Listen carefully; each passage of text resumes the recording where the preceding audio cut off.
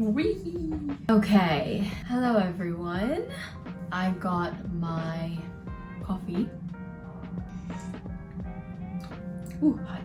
Okay, let me just get comfortable. Ay. So for today's video, I thought that I would go through all of the units that I've done so far, which are the bachelor's units in my integrated masters, and just go through my Google Drive and I can explain what I did in each year. To be completely honest with you, I haven't gone through any of the year 1 and year 2s, so I have no idea what is in my Google Drive at the moment. But we will see. It's gonna be like a Pandora's box. Okay, so I'm gonna start with the year 3 ones, so the ones that I've just passed. So I just finished my bachelor's units. Oh, also, just a disclaimer, this mic is a prop, as in like it works, it's a real mic, it's my mic. However, I couldn't find a possible angle where this doesn't come in shot, and it just looks like a really weird metal bar that's like sitting next to me. So just so you know, this is not what this mic quality is like. This audio is coming from my iPhone, but this is just here to support me and the aesthetic, I guess, of the video. So yeah, let's get into it. So I'm gonna go through the luxury brand management one, which was my last deadline. So this unit, very simply, was to get a luxury brand from an emerging market. So what's considered a emerging luxury market, which is like South Korea, China, Australia. So this is probably easier. So the areas that you couldn't take brands from were Europe, North America, the UK, and Japan. So those markets are considered developed luxury markets, I guess. It was part of the unit, this was part of the brief, and the brief stated that these were developed markets.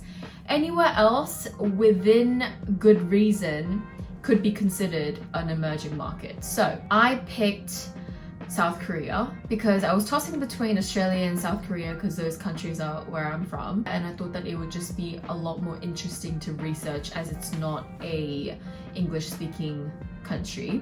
So I had a little bit of an advantage of digging through all the Korean articles, given that I had to translate them. You can't do any brands that have entered these developed markets, so North America, UK, Europe, etc. It took me so long to find a brand that had never entered any of these markets before, because it's quite rare. They've at least, I think, entered America once. So it took me a long time to find this brand.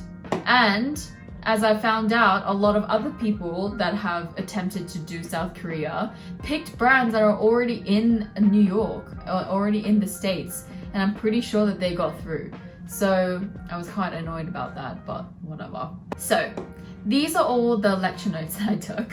To be honest, there's a lot more than this, but I just couldn't be bothered after a while. I'm gonna just go into the assessment. So this is the brand that I was doing. And we had a formative assessment, which is a 10-minute presentation, or an 8 or 10-minute presentation about your brand. So this is just mine. You had to use academic models.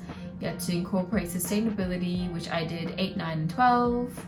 Some market research for South Korea, UK target market research, and your launch plan, which was I was gonna collaborate with a fashion tech company called The Modern Mirror with my brand, and then I was gonna launch it in the Selfridges Corner Shop pop-up. And this was kind of like a rollout of how the launch would go, and that was the end. This was just some notes that I took from the feedback from the presentation. Basically, the brand that I chose was called J Beck Couture. They dressed BTS for the 2019 Grammys, and I thought that this was a good segue into how it would come into the UK. And I picked this brand because it's definitely luxury, it's bespoke tailoring and haute couture, and I just thought that it hit all the touch points, like 100% that this was luxury because there's a lot of like bridging brands in Korea. If you're picking a brand that was premium, you had to explain yourself, and I just couldn't be bothered. And all these documents are interview questions, links, like these are all the useful links that I found at the beginning when I hadn't started my report yet. So I just basically put all the topics that I need to hit, and whenever I have articles pop up in my Business of Fashion subscription email, my Instagram, like when I read The Cut or Forbes or anything like that, and it's relevant, I just pop it in here so that I can use it later when I'm actually writing the report. These are all my drafts and my second draft. My second draft is usually to do the word count because I don't design my reports on Google Doc. I design it either on InDesign or on Canva. They don't have a word counting system. So I'm just going to go through my report really quickly. I designed my report on Canva. I usually design it on InDesign because it's a lot more intuitive, you can do a lot of stuff with it, and I feel quite comfortable with InDesign. However, InDesign, first of all, Adobe costs a lot, and InDesign is a lot more fiddly. So I designed it on Canva because I just couldn't be bothered to do InDesign this time around. And Canva does, I would say, 60% of what InDesign does. However, with the amount of stuff that you actually use, like if you're not using it to create an actual physical book, I would say you can do about 90% of what InDesign is capable of on Canva. And when I'm submitting anything digitally, InDesign is just not worth my time. And so I do everything like that on Canva. However, if it's an actual magazine or a book, or a physical business report that I have to print out and get it professionally printed, like in my IPF video and the work that I did there, I'll definitely do it on InDesign. I will never do that on Canva. However, this one was a digital submission, so I did everything on Canva. So this is my title page. This was my executive summary. I'm just gonna flick through it because the content isn't really that important. This is my introduction. I had to introduce the brand, use some models, area of focus, just explaining what I'm gonna do and what I'm gonna talk about in this report. This was my research on the South Korean market, just referencing all this stuff here, etc, etc. The luxury market in the UK, and just explaining why it's a good idea to bring this brand into the UK. This is just a further explanation. This is more of like the demographic of luxury consumers in the UK.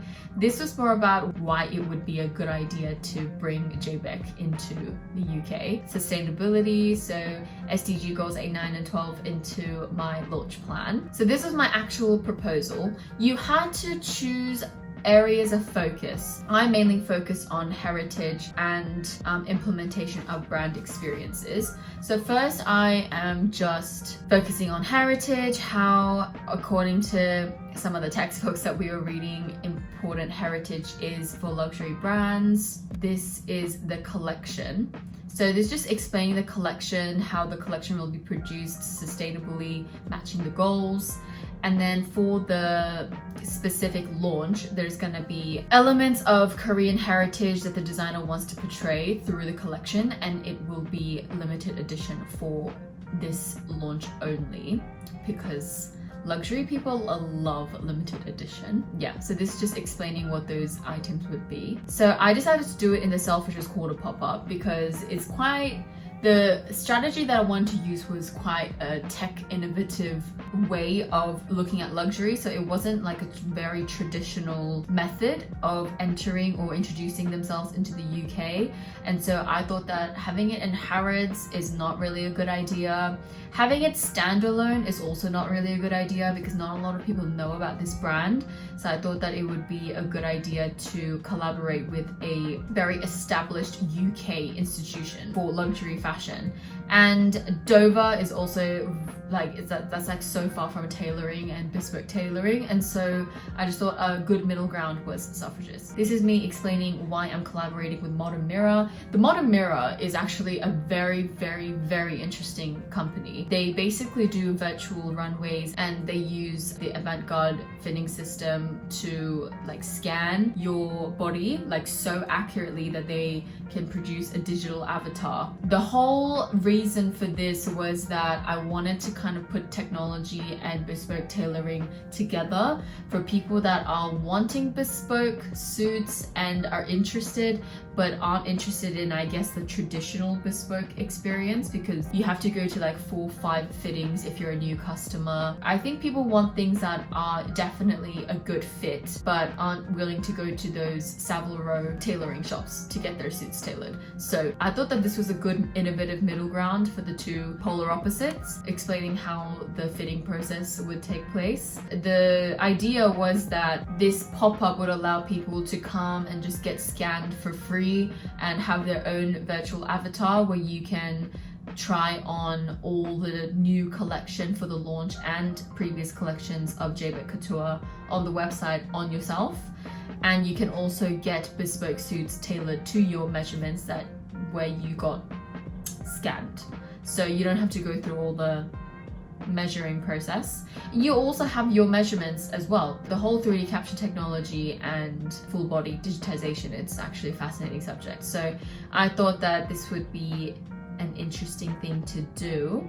And I interviewed one of my really good friends. She actually works at the Modern Mirror. So this is just me explaining the brand experience at Selfridges in the corner pop-up shop. These two at the top images, those are just interior explanations. The whole concept of the pop-up or like the launch is the coming together of polar opposites, which is something that the designer said that he loves to do in his designs, which is why I took that as a concept for the pop-up. This is just how the marketing would go with like the website, the influencers, just the very brief rollout of how the launch would look, because I just don't have enough words to explain everything. This is just an explanation of why I chose to collaborate. Like, collaboration was at the forefront of this launch strategy, collaborating with Selfridges and collaborating with the Modern Mirror. So I wanted to explain why I wasn't just having the brand as the focal point, the conclusion, and some recommendations. And then these are my references. And then basically the appendix, all the frameworks that I used, extra stuff. I did the store audit, which is, if you've seen my vlogs, I did this the day before my hand-in because I thought I needed more primary research. So yeah, this is my store audit. This is the interview transcript with my friend. And this is just the formative presentation that I did. That is my report for luxury brand management. Let's look at my research in consumer behavior. This was a nightmare. A nightmare.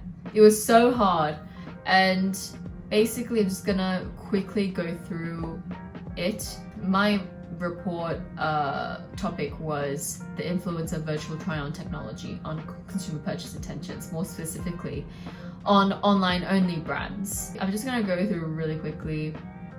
Table, contents, tables, figures, introduction, aims and objectives, literature review, and then these are my hypotheses, perceived attitudes towards virtual try-on technology, perceived enjoyment, perceived usefulness, feasibility, and this is my model, my research design, methodology, and then strategy, quant and qual. This is my findings and analysis, quantitative data.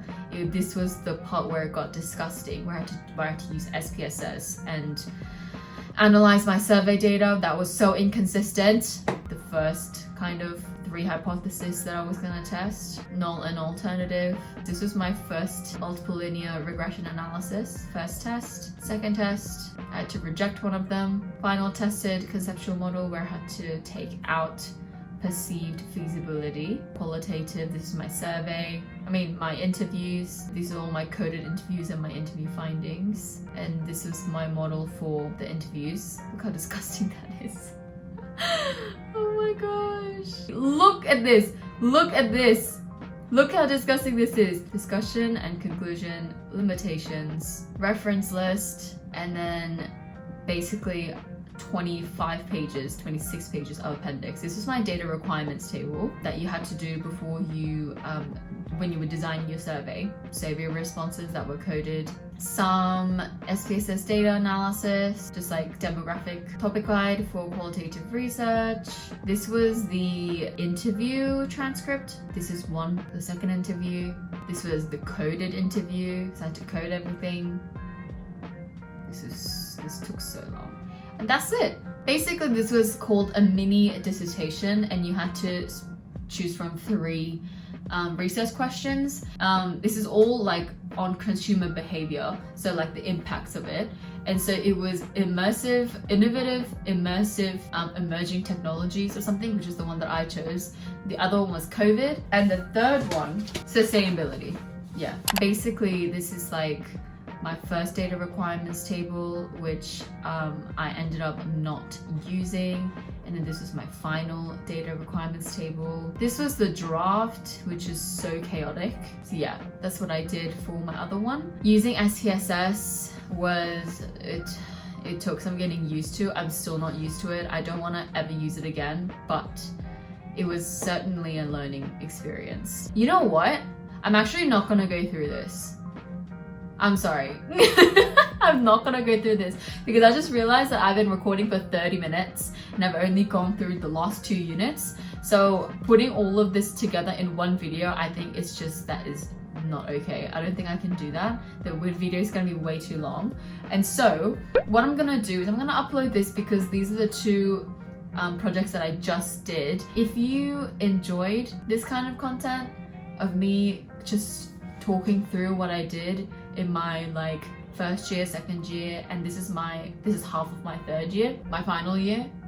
So technically it's my 4th year, but whatever. Then let me know and I'll film second year and first year as well.